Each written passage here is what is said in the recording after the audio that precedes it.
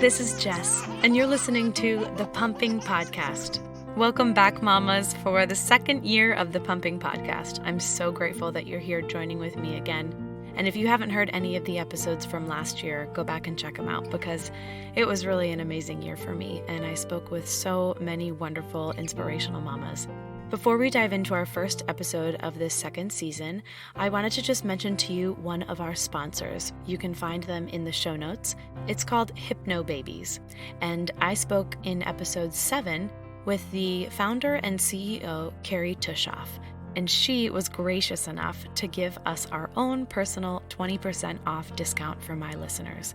If you've never heard of Hypno Babies before, it's a really unbelievable thing. It's something for moms who are expecting, but not only that, they also have clips that can help you with things that you wouldn't even expect, like how to stop smoking, or related to families, help with toddler sleep, help with your own sleep, help with certain stressors. So definitely check out the Hypno Babies link in the show notes because you're not going to want to miss what they have to offer. And don't forget to use the code PUMPINGPODCAST with no spaces for a 20% off discount. So go check out Hypno Babies and use that promo code. Now, on to our first episode. Today I sit down with a good friend of mine from back in college. Her name is Emily Roberts. She is a beautiful, strong, powerful mama of one, and her story is really interesting. Today, we decided to focus on breastfeeding. I actually decided to focus on breastfeeding for this month because, as you might be aware, I took last month off, and last month, August, was National Breastfeeding Month, and I wanted to celebrate that. So I'm taking the first few episodes of this month of September to celebrate all of you breastfeeding and pumping mamas out there. I just want to also put in a little plug in there that any mamas who are bottle feeding, formula feeding, I support you 100% as well. I just wanted to take this month to recognize my breastfeeding, pumping mamas out there during this holiday. The other thing I want to make sure I tell you before we dive into Emily's interview is she has her own apothecary. It's called Emmy's Apothecary, and she has some amazing products on there, and you can find that link in the show notes. And beginning September 3rd, for 30 days until October 3rd, she is offering all of you 20% off her entire shop. So anything in there, you can go in there and grab for 20% off. She's also offering free shipping for orders of $35 and up, and a free gift for orders $40 and up. Make sure you go check out Emmy's Apothecary and use the promo code PUMPNATION20. I love that. Use the promo code PUMPNATION20. Now on to the show. All right, here we are. Welcome. I am so excited. We are kicking off year 2 of the Pumping Podcast. And thank you, Emily. You're my very first guest of this second year. I am? Oh, that's so exciting. Thank you for having me. I also, before we dive into Emily and all of the amazing things that she does and her amazing life as a mom, I want to just say to everybody, happy breastfeeding week. This will actually be airing in September, but I'm going to be taking the first few episodes of this month to celebrate breastfeeding month from back in August. We are in August, so it feels like we can still celebrate it right now. But for those of you listening in September, since I didn't release any new episodes in August, I want to celebrate it now. So happy breastfeeding week and month to you, Emily, and to all of those listening. Thank you. So today we are going to talk about breastfeeding, which is something that I know you are very passionate about, and we're going to cover everything, but this is something that you've been on my mind as far as just breastfeeding alone goes, because you've been so passionate and outspoken about it, and I'm really interested to hear what you have to say. So first, for all those listening, I am speaking today with Emily Roberts. She is a dear friend from back in college, and it's always kind of fun. It's like, it's crazy how, the world works and time works as you get older and things, like we might not see each other for a while. And then we had one year where you came out and celebrated my birthday with your husband and we just had a blast. And then now it's like we get together again to talk and it just makes me so happy. So thanks for being here. Well, yeah, of course. Thank you for having me. It's always fun to reconnect, of course. And it's always lovely to have friends that you can just like pick right up Right. where you left off the last time you saw each other. Right. Exactly. So Emily is a mama of one beautiful little girl. She is also the owner of Emmy's Apothecary, and you can find the link for that in the show notes. And before we dive into motherhood, can you just tell the listeners a little bit about that adventure, Emmy's Apothecary, and why you started it? I just think it's amazing. And you guys, you have to go check out her Instagram. All the pictures that you post are beautiful. So tell the listeners about that. Um, well, actually, it's funny. My husband and I started a bartending business because we were both in the food industry back in college, and we kind of wanted to stay in the service industry. And so the photography end of it, I kind of taught myself by taking stills of cocktails and craft cocktailing. Obviously, with the pandemic, that sort of business had to kind of stop. So back in Christmas, which unrelated to COVID, I decided to save a little money on Christmas gifts and make everyone their gifts. And I made room sprays and candles and pillow mists and all these little things, cleaners that were chemical free. Because I was making all this stuff for myself because I was doing all of this research on chemicals in the house, in regular household use things that we use every day that we're not realizing that we're ingesting, inhaling, and breathing in weird stuff that we're unaware of. So I started making this all my own and gifted it to everybody for Christmas. And then the pandemic hit, we had to stop our bar business, and Perfect timing. so I was like, well, I guess I'll open the apothecary. Yeah. So I just kind of went all in for it. Why not? Yeah, it's Well, been a lot of fun.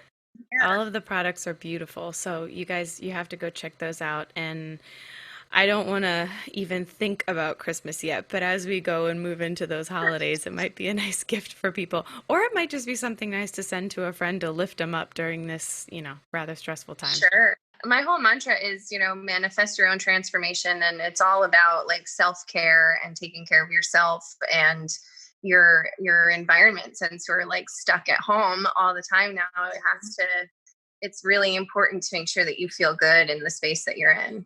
Yeah. So Something moms need to be reminded of often, absolutely, I think. yeah. So you recently moved out of New York City for many different reasons. Where are you joining us from again? We're upstate in the Albany area. So we're still in New York State, just like 2.5 hours from the city. And this is the area where I grew up. This is where I'm from, Troy, New York. Oh, so you're back up closer to home. Yes, I moved a mile away from my mom and dad. Oh, that's kind of amazing. I didn't realize that. Yeah. Oh, Yeah, we that's just, awesome. we decided to keep our circle small so that my parents could see Eleanor. We actually lived with them for like the first 3 months of the pandemic and then decided to make it official and move. Yeah. So, as I said earlier, Emily and I went to college together. So, bring us back a little bit, obviously, after college, and you met Rip, your husband, at college, but then bring us back to that time after that, before the birth of your daughter. What was life like? What were you working on? What were you doing? So we waited 5 years before we decided to get pregnant. And I think part of that was that we got married really young. I was 24 on our wedding day. So, this is just, I wasn't ready for children yet. So I took a lot of acting classes in New York. I was auditioning a lot. I was in shows. I was kind of just living that actor life, and until we decided like, yeah, I'm still working actually for a translation company. I do their books, like their accounting stuff. So I was doing that as well on top of the auditioning and everything. And it's funny, I can barely remember what life was kind of like before being pregnant. That's kind of funny. Right? But It wasn't kind of exactly changes. that question. Yeah, I definitely look back at those times fondly, but when we were ready, I think we were definitely ready. Ready for that new journey. Yeah, for sure. So, what was that pregnancy journey like? Did you get pregnant pretty quickly? Was it an easy journey? Actually, yeah, we were pretty lucky. We just kind of we stopped my birth control, and about 4 months later I was pregnant. Um and like surprisingly, I was like shocked at how quickly it happened. And because like, sometimes you go off birth control and it can be kind of like slow going after that, and that wasn't the case for us. So we were really fortunate in that, because we know that not everybody is that lucky with everything. So of course Yeah. we count our blessings there for sure. Pregnancy is another conversation. I didn't actually really enjoy being pregnant.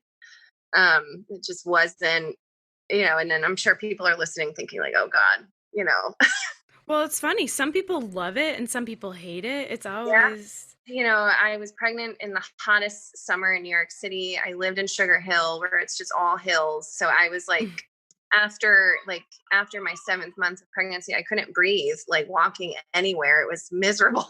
I was just like, I'm ready for this to be over. And then I was sick for a lot of it too. I was, like the first 4 months, like I couldn't keep anything down. It was mm, just really like tough on my body, tough on your mental state, tough on, plus you're going through like a dramatic hormonal change, you're going through a dramatic lifestyle change, a career change, like everything just kind of like abruptly changed for me. And I didn't enjoy it as much as I thought I was going to. and did you always have breastfeeding in your plan? Is that always something that you wanted to do if possible? Of course. Yeah, it was. I actually was inspired by a friend of mine who was really like, because we were pregnant at the same time. And she like really inspired me to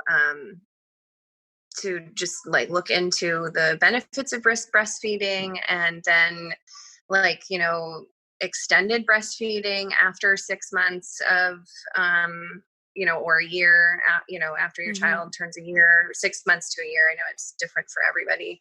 Um, and just, yeah, so it kind of early on became something that I was really interested in, because I was not a breastfed baby. I was a formula baby.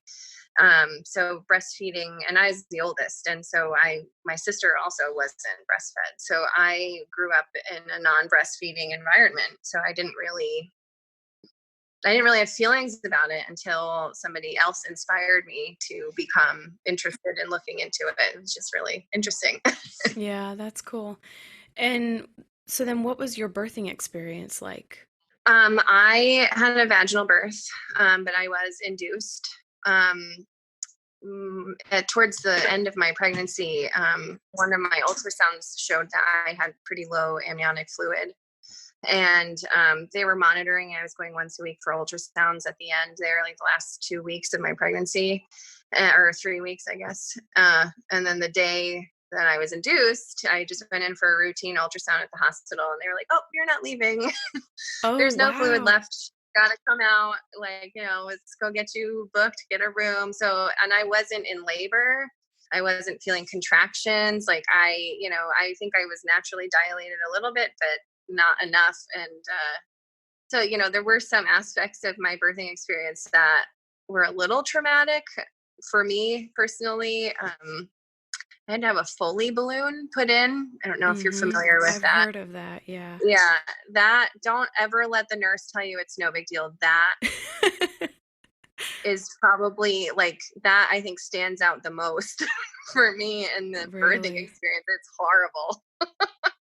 But you do what you got to do, like it's just, it's funny. I remember thinking like, once they put me on pitocin, and I was really afraid of pitocin, because everything you read says that pitocin causes your contractions to be horrible, worse than natural contractions and all this stuff. And I went like 8 hours on pitocin with barely feeling a thing.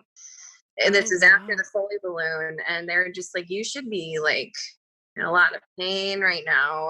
I just wasn't. And I didn't have an epidural at that point. I just, until they broke my water. And then that was a different story. And, my body just wasn't ready to go into labor. So they really had to force things along that way. So, yeah. And it took a long time. I pushed for 2.5 hours. I bruised my tailbone. I couldn't sit down afterwards. I mean, I had some, just, I had a long recovery period after that because, I take it to being a first time mom, my body's never done that before. And also Hmm. my body wasn't ready. So I was forced into labor. So there are a couple of, I think, attributes to having for myself, having a long recovery process there. So you did end up having an epidural, right? I did. I lasted about 2 hours after they broke my water. And then the nurse actually kind of pressured me. She was like, you're going to be too tired. You're not going to be able to push this baby out and you're going to have a C-section. You better get your epidural now. And so, and I think back about that time, I wish that I had someone like knowledgeable in the room with me, because my mom had left. She went and took a nap. They didn't think that baby was coming anytime soon or that I would be, in active labor like that. And then,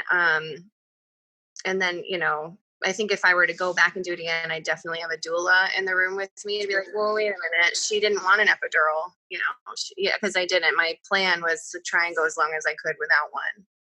Yeah. Well, and I was wondering because I know just from knowing you, you're such a strong person mentally and physically. And so Mhm. I can imagine that, to feel pressured in a moment like that, you must have just been so weak in all of the aspects of what you were going through. It's funny you say that because I feel the same way. I think about it all the time. Actually, I feel like, I could have kept going.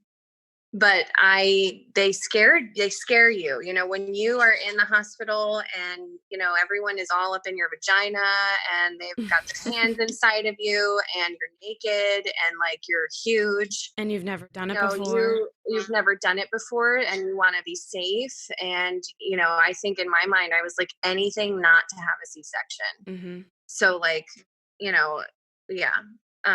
So I just said, okay, fine. I'll have the epidural. The thing too is that the Pitocin was doing that thing at that point where it like makes your contractions not stop. Like I had no break at all in between contractions after they broke my water. So it was just plateauing at the top. You see like the beeping line of how big your contractions are. Mine was just like, it went up once and never came down. Wow. And were you able to do skin to skin after that once she was born? Yes, I was undressed from the top down, and I just couldn't feel. Well, it's interesting. I could feel my legs, and I could move around because they kind of let the epidural wear off a little bit. But at the end, because I did have tearing, they put something in my epidural that made me so numb that I couldn't move literally from my belly button down, and which made it really hard for the first latch and like skin to skin and like having those first like 2 hours in the birthing room with your baby. I couldn't move, so that I think was frustrating, but I was able to hold her skin to skin, and Rip that was a good bonding time for her and Rip, too, while they were kind of, I was just kind of like, what just happened? And Yeah. And so what was that yeah. first feeding experience like for you? Well, one of the books that I was reading is like The Birthing Partner, and it talks a lot about breastfeeding in those first like couple of hours with mom and baby, and just Hmm. how important starting right away is. And then I've seen videos and stuff where like fresh out newborn infants are like crawling up their mom's chest for their first latch. Yeah. I mean, just like how instinctually they want to latch right away, let them latch. So I tried to do that, but because I had this epidural thing after giving birth, I couldn't move my lower half of my body. So it made it, I couldn't sit up. I couldn't, Yeah. I felt like I couldn't hold her, and then because I was like slouching and in this weird position, she wasn't able to get a good latch right away. And then I had some nurse in my face saying, that's wrong. That's wrong. Nope, she shouldn't be making that noise. That's wrong. And so it was like really, and this is where my personality sets in. Once I got to my recovery room, I immediately asked for a lactation consultant. Yeah. And that was really helpful. And I said, I want to see the lactation consultant like every hour, because I was not really that confident. You have this vision of like, oh my gosh, I'm going to know exactly what to do. My baby's going to know what to do. And you have no clue. And Yeah, so you that's need the why help. we need help. And that's why lactation consultants, I'm so glad that they're in hospitals now, because it's just so important to have them. And I even saw one like 2 weeks after she was born, just to like make sure everything was okay, like my milk was okay. And she showed me different types of positions, because my boobs are naturally big anyway. They were massive. Mm, Like there's like a whole thing about like how to breastfeed your baby if you have giant breasts, because like my boobs were bigger than her head, so it looks like you're suffocating them. I can send you right. some pictures. I can send you pictures if you want to share them. It's pretty interesting. So the lactation consultants help me, show me how to support my own breast while I'm supporting her Mm, head. And it was something just, you wouldn't necessarily think about. no, yeah, no, it was definitely, it's hard work, but it was definitely, and it gets easier as you get used to it. The babies get stronger, they can start to hold their head up. Now I have a 2-year-old that crawls all over me with a nipple in her mouth and does acrobats. So it's, and all changes. So that's a perfect segue into my next question, which is just what has breastfeeding meant to you? I mean, now you're still breastfeeding, correct? I am still breastfeeding. And so what is that from that very beginning moment? And as I've said in the introduction to this episode, I know that not many people are able to do this, and many people pump and many people bottle feed, and that's 100% okay. At this moment, we're just talking about breastfeeding, and if you are able to do that and want to do that, Mhm. and this was Emily's journey, so that's why we're talking about this now. But from that very first moment all the way up until today, now that she's still 2 years old and you're still breastfeeding, what has that whole experience meant to you? Oh, I mean, it's funny. Like, I'm human. I have days where I want to be done. Or I have days where I'm like, I just love this so much. This is such a wonderful bond. And I think overall, I actually kind of view it as like in a clinical way. Like, this is what's best for my child. My breast milk is made specifically for her and her body and her needs at any time. So I just feel like this is what she needs, and she, developmentally and emotionally is giving me cues that she still needs it. So some days, and I have nursing aversions once a month around my cycle, because I have my period back, and I want to scream. Like, it's so annoying. It's just annoying. And then other times it's just so cute and lovely and I love it. So, Yeah, you can hear her screaming I in the hear her background. back there. Oh. So, I think it's hard to kind of be like, what has this meant to me? I think it just means that I am doing in my mind what's best for my kid. And that to me is like the most important thing, I guess. Obviously emotionally, it's kind of all over the place. Yeah, changes by So, the minute. yeah, Hmm. but And you are very, very comfortable with public breastfeeding and you're very open about it and outspoken. So share what that means to you and why you're so outgoing about it. I mean, we're mammals. Hmm. We are, if you choose to breastfeed and you want to breastfeed, I don't think that it should be publicly shamed or that you should be embarrassed. Trust me, I tried to cover for like, and like I talked about my large breasts and how difficult that was. And then I'm trying to cover, and it's summertime and I'm sweating and the baby is hot and sweaty. And we have this blanket over us and I'm under the blanket with her to try and see her face so that I'm not suffocating her with my boob. And I finally one day was just like, this is ridiculous. Hmm. If you really care that much about my boob feeding my baby, and you need to go somewhere with your life, because it really stopped becoming about what everyone else was thinking and just between you and your baby and trying to feed your baby. You know what I mean? It really stops becoming like, and then now they have all these shirts and stuff. It's so discreet. Like, you really can't see anything unless someone's like in your face looking for, I see a nipple, Right, exactly, exactly. Well, yeah. So I just kind of, in my experience, I guess I just kind of felt like nobody should have to cover if they don't want to. If it's this uncomfortable for me, then I know it's also uncomfortable for other moms out there who are trying to do this, and they're just, and it's honestly probably like one of the big causes that keeps women from breastfeeding, because they can't do it in public, and they can't, and then when they can't do it in public, they're not feeding on demand, and they lose breast milk supply, and then they turn to bottles, and it's just a cycle. So it's kind of like one of those things. It's like, if you want to continue to breastfeed, you know, long term, or, not worry about milk supply, don't cover your boob while you're out. Yeah. So, I mean, that's just my opinion. I'm not like a doctor or anything, but that's just. Right, of course. Have you had any specific experiences that you can remember with people saying something to you or anything like that? No, it's interesting.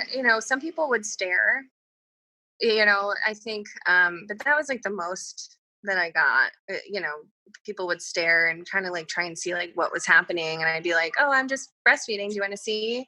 Like, I would do it, like whip it out on the subway if she was like screaming her face off. Yeah. Like, Well, I think that's important to hear because I think it can be a taboo thing to do. We see these, like I actually just the other day came across this interview of this woman who was at a public pool and she was breastfeeding and she was asked to leave if she was going to continue to breastfeed and all of this stuff. And there's many things that go into all of it and there's multiple sides of stories and all of that. But I think it's interesting for moms to hear or future moms to hear that they might not get that typical backlash that they might be expecting if that's the decision that they want to make. And so I actually like hearing that you're saying, no, I haven't really, and or nothing sticks out as, like shaming me or anything like that. So I think that's important to hear. yeah, I mean, I hear those stories too, and it's obviously infuriating, and I get red in the face, and smoke comes out of my ears when I read stuff like that. But it's like, that never happened to me, as far as I know. Like, because the group of friends, the mom friends that I kind of became friends with after Eleanor was born, we all had similar parenting styles, and we all were like open, uncovered breastfeeders. So we'd all just be like in the park with our boobs out, talking with our babies latched Yeah, on, that's helpful. and Yeah. it's helpful to have like support and a network. And I don't think anyone is going to like walk up to a group of moms in the park with their boobs out feeding their Right. babies, you know what I mean? But I know that there are people and places, and situations where moms are ashamed for that and asked to leave and asked to cover up, and it's like, I used to get really nervous about doing it in restaurants. Hmm. So in the beginning, because people are like, I don't want to see that while I'm eating. And then it's like, well, I'm feeding my kid, like, and so I just kind of, a lot of it, you hear all this stuff and you're worried about it. And then you kind of try and comply to that. And then it's like, at some point, I think she was like 4 weeks old. I was like, this is silly. I'm not Exactly. doing this anymore. Too much Like, pressure. I was like, I hope someone comes and says something to me. At that Yeah. point, I was like so sweaty and gross every time I tried to feed her. I was like, please, please come over here and say Right. something. You were ready for it. I was ready. I also wanted to just touch on, I know that you're an advocate for bed sharing, and I want to talk a little bit like about this and how it came about. Was it connected to breastfeeding, and is that why it sort of happened? Yeah, actually, it was all related to breastfeeding. So, this is another one of those things where I feel like, um, so the information out there about bed sharing is like, it's a big no-no. Like, you're in the hospital and they're like, mom and dad have their bed, baby has their bed. And they're like, do not share with her. And like, when I was in the hospital, like, I'd be falling asleep because you're exhausted after giving birth, and you're exhausted after giving birth for like months afterwards, by the way. It's not just like, oh, you recover in 3 days and you're fine. It's like your body is healing from this major 9-month change, and basically it's like a car accident, and you are like put through this just physical Yeah. trauma, whether it's a C-section birth or a vaginal birth, natural birth, epidural birth, it doesn't matter. Your body still goes through like all of this stuff. You're exhausted. And I was falling asleep in the hospital, and the nurses would come and take her out of my arms and whisk her away to the nursery and they'd be like, we'll bring her back in 3 hours for a feeding. And, that was like 2 days of that, and I hated it. And then, you're still scared when you go home, like this tiny little human that, needs you with everything. And the biggest thing is you're going to roll over on your baby. Your baby's going to suffocate. They really scare you. And these are all real things that should scare us. It's just like I finally, again, the same friend who introduced me and like really inspired me to be breastfeeding also kind of was like, you can sleep with her, just do it safely, because I was exhausted. It was like week 5 or 6. No one was sleeping. She slept all day long. I couldn't get her to sleep at night. We were up all night, and up all day. And it just like she wouldn't sleep. And she didn't like to be swaddled. Every time we'd put her in a swaddle, it was like we were putting her in a straitjacket, and she'd bust her arms out and Oh. scream and cry. And I mean, it just, I have anxiety thinking about like trying to put her there. And then finally one night I was like, you know what? I pushed all of the pillows off the bed. I pushed all of the blankets off the bed, and I laid on my side, and I like held her on my side, and was we all slept for 5 hours that night, and she just stayed on my boob Wow. and lashed all night. And you wake up in a panic, but it was like, oh my God, and she was Right. asleep when we woke up. It was just like, oh, Yeah. and it just kind of naturally became this like thing, like, okay, I guess this is much easier. We get to sleep, especially when you're recovering from birth. Like, you really need sleep to heal. And it's like not safe when you're that tired. I remember like for her first doctor's checkup, I started getting a fever, and like I had like this like really kind of vertigo dizzy feeling. And my milk hadn't come in yet, so I was afraid it was mastitis. And I was like, I don't know. And my mom was there, and she was just kind of like, I just think you need to sleep. And sure enough, Yeah. I Something let really them. basic we need. Yeah, she's like, I think you just need to sleep, because that was another thing. My milk took 5 days to come in. It is all related to breastfeeding. At least it was for me. Um, and she still sleeps with us. It's just kind of part of our thing. It's what our family needed at the time, and it still needs it, I guess. Yeah. I think it's like we mentioned before with the shame aspect and all of that. I think it's important for other women to hear. That's why I love sharing these stories about every single mom is different and every single situation is different. And if you're doing something that's safe, I mean, at the end of the day, it's your decision. For you, it worked out and you got sleep and comfort and you have this bond. And then, I guess as far as it goes now, if she still sleeps with you, I guess then it's just your journey to figure out how to get her out of the bed if that's what you wanted to eventually do. You know what I mean? Which I'm assuming that you would be like, we'll figure that out, Yeah, I mean, you know? the way we kind of just naturally fell into this parenting thing, we kind of like threw all the books away. And we stopped kind of like following all these like I hate to call them like society's rules, but in a way they kind of are. And that's, I think, where the shame kind of comes from. Instead of just supporting each other with the decisions that we make, like you said, if this is like, you don't follow the rule by this book, then you're putting your kids in danger, you're putting yourself in danger. And it's kind of like, well, and I'm happy to share with you, actually, if you want to share it with your listeners, there's a lot of information for safe bed sharing and like what you need.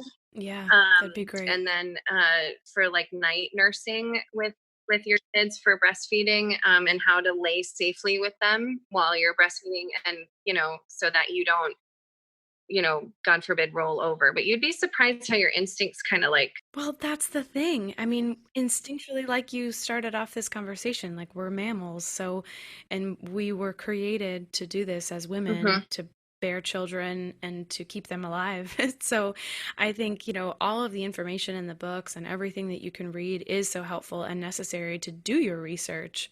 But at the end of the day, if you just follow your instincts, I think sure. that's really the Yeah, best I thing. think the big things for me uh, were like, you can't, don't be intoxicated in the bed, because anything that could inhibit your natural instincts, like in Judgment your and instinct, judgment, yeah. don't bed share. If you like to have a couple glasses of wine before bed, don't bed share with an infant. You know what I mean? Like, you just shouldn't do that. If you or your partner are smokers, whether it's cigarettes or marijuana or whatever, don't bed share, because the smoke, secondhand smoke that's on your body, can transfer on your child and cause sudden infant death syndrome. So those are things that that are like really important to read about if you are considering bed sharing. That's awesome. I just love how you're just always and always have been such just like an open book and just go with the flow, and like you're such an inspirational woman in general. You always have been. I thought that since college, and then it's so inspiring to see you now as a mom and just know that you've never lost that heart and that like groundedness that you've had in yourself. You're just, it's so important, and I think we can lose that in all of the chaos and messiness that comes at us when we're journeying into a new thing, Yeah, new yeah. territory, but you've never lost that. So I Well, think that's thank really you. That was awesome. really sweet. Thank you. Yeah, of course. My final question for you is one of my favorites I always love to ask, and that is, what is something you'd like to tell her now for when she's 18? Oh gosh. Like if she were to listen back when she's 18 to this episode, what would you want to tell her? I mean, obviously, how much we've enjoyed this time with her. It's just been so fun and crazy, raising a toddler. But I I don't know, I've never thought about that before. You're stuck in this world when you're like, it's just going day to day to day, and you're just trying to survive and keep them alive. And, it's a pandemic, so you're not really thinking about the future. You're just thinking about the now. Yeah. But It's like it's a journal entry for down the road kind yeah, of thing. yeah. I think just we've always loved her for who she is. She has a spirit about her that is probably gets it from me. um, that I want her to never have. Don't let anybody let that light out of her, or don't burn the light out of her, because she is strong, and she needs to continue to be strong. So yeah.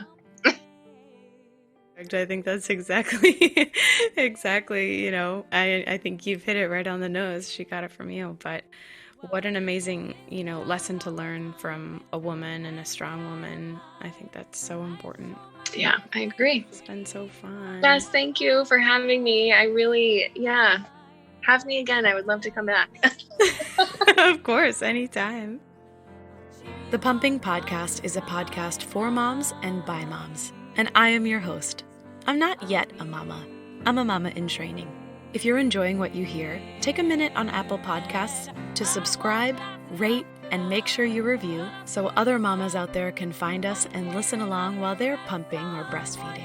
Some fun news for you: we have a private mama network for support and community of mamas. If you'd like to join, email info@thepumpingpodcast.com. Also, if you'd like to be a guest and share your journey into motherhood, email interviews@thepumpingpodcast.com. Follow us on Instagram @thepumpingpodcast. And for any other questions or to connect, check out thepumpingpodcast.com. Thank you so much for spending some of your day with me.